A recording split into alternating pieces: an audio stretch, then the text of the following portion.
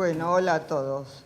Yo voy a seguir con algunas personas vulnerables y para eso voy a hablar un poquito de los pueblos originarios, un tema que ha sido bastante debatido y bastante debatida su incorporación al Código Civil. En realidad hubo una reforma constitucional muy importante, justamente acá tengo una constitución, donde en el artículo 75, en los incisos 17 y 19, se incorporaron los derechos de los pueblos originarios, donde efectivamente se habla de reconocer la preexistencia étnica y cultural de los pueblos originarios, garantizar el respeto a la identidad y el derecho a una educación bilingüe intercultural, reconocer la personería jurídica de sus comunidades y la posesión y propiedad comunitaria de las tierras, aparte de regular la entrega de otras aptas y suficientes. Y además, expresamente se habla de que ninguna de estas tierras será enajenable, transmisible, ni susceptible de gravames o embargos. Además, que habría que garantizarles la gestión referida a los recursos naturales. Y en el artículo, inciso 19 del mismo artículo, se habla de dictar leyes que protejan la identidad y pluralidad cultural. Es decir, que la Constitución, respecto de los pueblos originarios, se terminó esas palabras condescendientes de asegurar el trato pacífico con los indios, que traía nuestra vieja Constitución. Y hemos pasado a una posición relevante, muy relevante de estos pueblos, con un artículo que es inmediatamente operativo. Esto era muy necesario, ciertamente, porque los derechos de los pueblos originarios y los derechos a las tierras estaban absolutamente fuera de toda la legislación, a tal punto que la Corte Suprema en el año 29 había dictado un fallo en el cual decía que esto no era reconocido, no estaba en ningún lado, que un condominio con indivisión forzosa perpetua contraría todos los derechos civiles, así que esto efectivamente era imposible de consagrar. La Corte Suprema ahora ha cambiado. Hay algunas de las sentencias o de los casos de los cuales no se puede hablar porque todavía están en trámite, pero básicamente tenemos los casos de los pueblos originarios del Chaco, de los Huichis, donde justamente estaban carentes de toda prestación alimentaria, inclusive de agua, porque habían sido un poco corridos por la soja, estaban afectados en sus bosques, pero sin agua. Ahí se les dio y tanto la nación como la provincia corrieron a socorrerlos debido a unas órdenes de la Corte Suprema. Tenemos otros casos en la provincia de Salta donde se están talando los bosques, donde también hemos dado algunas prohibiciones porque están todos los árboles que son milenarios, que están extinguiéndose prácticamente, son de los pocos bosques existentes en el mundo, bosques naturales, los de estos bosques chaqueños que en realidad son del Chaco y de varias provincias, por eso esto es en la provincia de Salta. Hemos tenido también otros casos, por ejemplo, un amparo de la provincia de Salta, donde la provincia iba a vender lotes fiscales y se presentaron también pueblos originarios con un amparo, porque esto les cortaba la posibilidad de continuar con su hábitat. Y lo que pasa es que la Corte de Salta, en un caso originario de la Corte, dijo que era un amparo y que se había presentado fuera de término, con lo cual, estando fuera de término, no había posibilidad alguna de continuar con este amparo.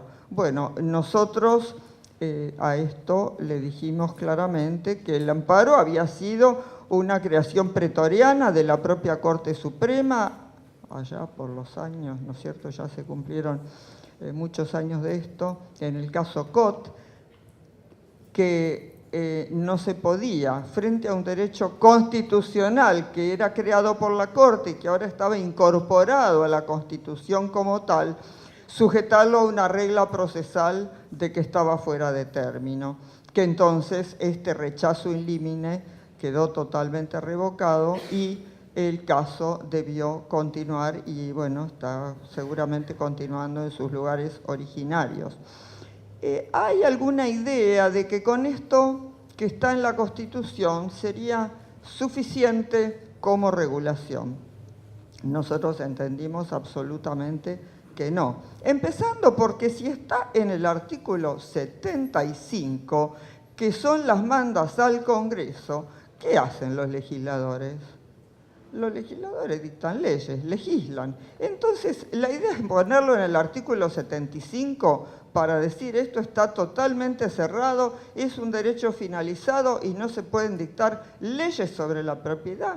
No, justamente es una manda al legislador, porque realmente esto es necesario. Acá la jurisprudencia, aún después de la Constitución del 94, que ya no fue como la vieja Corte del año 29 que dijo que esto no existe, no, existe. Pero ¿qué les estaban dando los tribunales? Les estaban dando propiedad y dominio común del Código Civil. Y la propiedad y dominio del Código Civil no es perpetua, o es perpetua, pero es embargable, es enajenable, está sujeta a sucesión.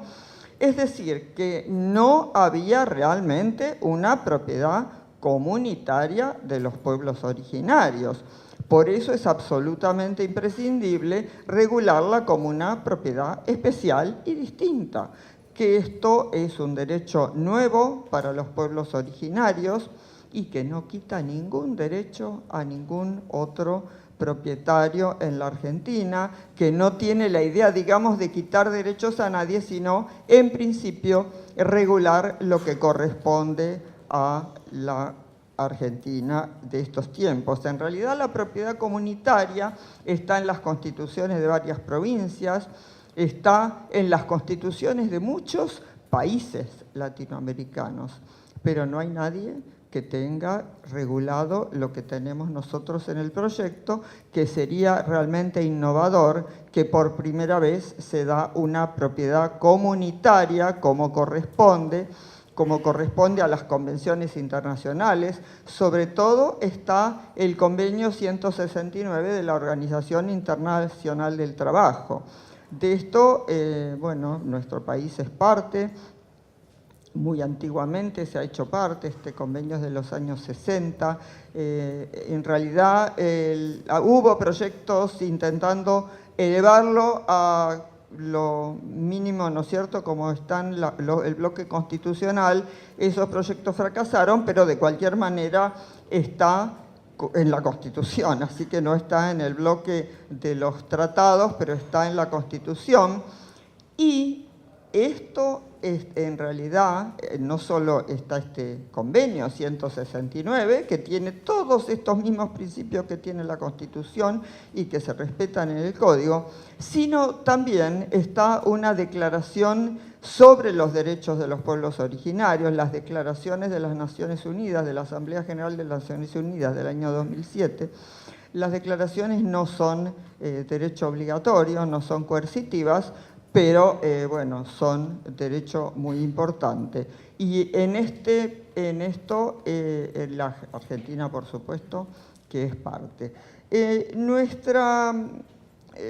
Hay fallos también de Río Negro, etcétera, pero de esto no podemos hablar porque están en apelación a la Corte algunos. Realmente casi todos los fallos los tenemos nosotros en apelación. Así que bueno, lamentablemente no se puede hablar del fallo de Río Negro, que ordenó a la Dirección de Tierras y Colonización establecer y proyectar una situación dominial y aplicar criterios nuevos de ejecución, ¿no es cierto? Pero bueno, en el Código estamos regulando que sea un inmueble rural. Esto se discute por algunos porque dicen que en realidad los pueblos originarios también tienen propiedades urbanas. En realidad entendemos, y porque la propia Constitución habla de tierras donde se pueda continuar con el hábitat y las costumbres. En realidad, si bien es cierto que los indígenas, tanto en forma individual como en forma condominio o como individuales, digamos, entidades como son las propias comunidades pueden comprar un departamento. No parece que sea esto la manda constitucional referida a la propiedad comunitaria. Por eso la propia Constitución no deja duda que estos inmuebles deben ser rurales, ¿no es cierto? Bueno, porque la preservación de la identidad cultural y el hábitat, esto no le quita ciertamente el derecho a tener propiedades urbanas como cualquier otro ciudadano, porque como decimos, se agregan derechos pero no se quitan ningún otro a los titulares indígenas. Lo importante es que el titular es la comunidad registrada. La comunidad registrada, la registración de la comunidad no es constitutiva, es simplemente declarativa, porque la comunidad ya existe. Pero la registración como persona jurídica es un principio básico que ya está ya casi todas o las principales están registradas en registros nacionales o provinciales, porque en realidad hay muchos grupos de personas pertenecientes a pueblo originario. Pueblo originario son los descendientes de aquellos ocupantes primitivos o los que dicen serlo, y están separados, hay grupos más grandes, más chicos, y en realidad que aparezcan, digamos, unos pocos en un lugar y se consideren como pueblo originario, como una comunidad, bueno, deben probarlo ante la autoridad administrativa, que así va a considerar que esta es una comunidad registrada que tiene los derechos apropiados para poder ser titular de este derecho real nuevo, ¿no es cierto? Los modos de constitución, bueno, son básicos, los mismos, puede ser reconocimiento del Estado, usucapión, actos entre vivos más tradición, última voluntad, pero siempre la oponibilidad de este derecho, como de todo derecho real, va a ser a partir de la inscripción en el registro de la propiedad inmueble. Esto debe ser así.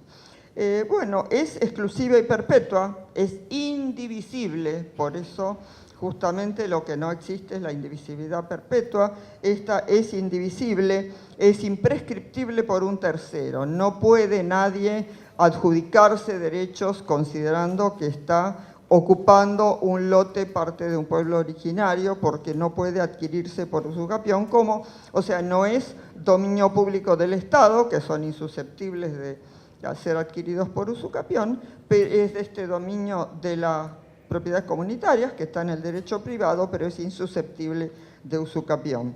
Y tampoco, tampoco están los derechos sucesorios de ningún miembro de la comunidad. Y si es adquirido por donación, no hay ninguna posibilidad de revocar esta donación. Bueno, hay facultades de uso, goce y disposición. No se puede gravar con derechos de garantía, porque esto podría dar lugar justamente a la ejecución. Sí, con derechos de disfrute, o sea, usufructos, etcétera, pero en tanto y en cuanto esto no sea entregar todo el aprovechamiento a un tercero, porque básicamente los pueblos originarios tienen que estar utilizando el inmueble como tal. Algunos dicen que entonces estamos como quitando la posibilidad de estudiar, etcétera. Esto no es cierto. De ninguna manera se quita ningún derecho que pueda tener ningún miembro de los pueblos originarios, pero la manda constitucional habla de mantener el hábitat y las costumbres en un lugar determinado, ¿no es cierto? También mencionamos expresamente que para aprovechar los recursos debe consultarse a los pueblos originarios, sea el Estado o los particulares, porque tampoco el Estado puede aprovechar los recursos naturales de estos territorios si estuvieran registrados sin informar y consultar a los pueblos originarios y tomar normas así similares, ¿no es cierto? Bueno, como no nos supletó, igual sí se pone el dominio, porque bueno, obviamente hay que acudir como último caso al dominio. Y después en otros casos de los vulnerables, bueno, también se habló de los menores, de los incapaces, pero hay un tema interesante tal vez, que es el de la emancipación por matrimonio de los menores, porque bueno, se convierten en emancipados con todos los derechos, no todos, pero bueno, los principales derechos de tales como de adultos. Y el casamiento no puede ser, ahora coincide, ¿no es cierto?, la edad nupcial con la mayoría de edad. Esto ha sido muy variado, a tal punto que en el código, en la época de Vélez, que era la ley de matrimonio civil, ahí sí siempre había diferencias para los varones y las mujeres. Las mujeres se podían casar de acuerdo al derecho canónico, a los 12 años y los varones a los 14. Bueno, esto pareció un poco obsoleto hasta para el derecho canónico, que en el año 17 lo cambió a 14 y 16, lo que hizo también al poco tiempo en nuestro Código Civil. Después, en definitiva, la ley 23.515 volvió a modificar, pero a 16 y 18, o sea, siempre acá había discriminación o diferencia entre las mujeres y los varones. Y bueno, ahora está coincidiendo con la mayoría de edad. El que quiera casarse antes de los 18 tiene que pedir permiso judicial. Y este tema de la mayoría de edad sigue también, de casarse, los jóvenes, sigue totalmente a todas las convenciones internacionales, porque hay convenciones de las Naciones Unidas, una convención expresa sobre la edad mínima para contraer matrimonio, está en la Carta de las Naciones Unidas, que hay que tener la edad núbil, está también en el Pacto de San José de Costa Rica, que tiene que haber una edad mínima, y esto está más relacionado con nuestra cultura, está relacionado con otras culturas, porque existe en muchos países, subsiste todavía la costumbre de casar a los niños como arreglos entre familias. Y entonces los casan desde muy pequeños y por eso están prohibidos los esponsales de menores. Lo que hay que asegurarse es justamente absolutamente el libre consentimiento de quienes van a ser cónyuges. Por eso, además de las propias convenciones, surge que tiene que ser una autoridad que dé la autorización, porque antes era el padre, o los padres, el padre, porque en esa época la patria potestad la tenía solo el padre, que daba la autorización para casarse. Bueno, no, eso se acabó. En principio la da solamente el juez.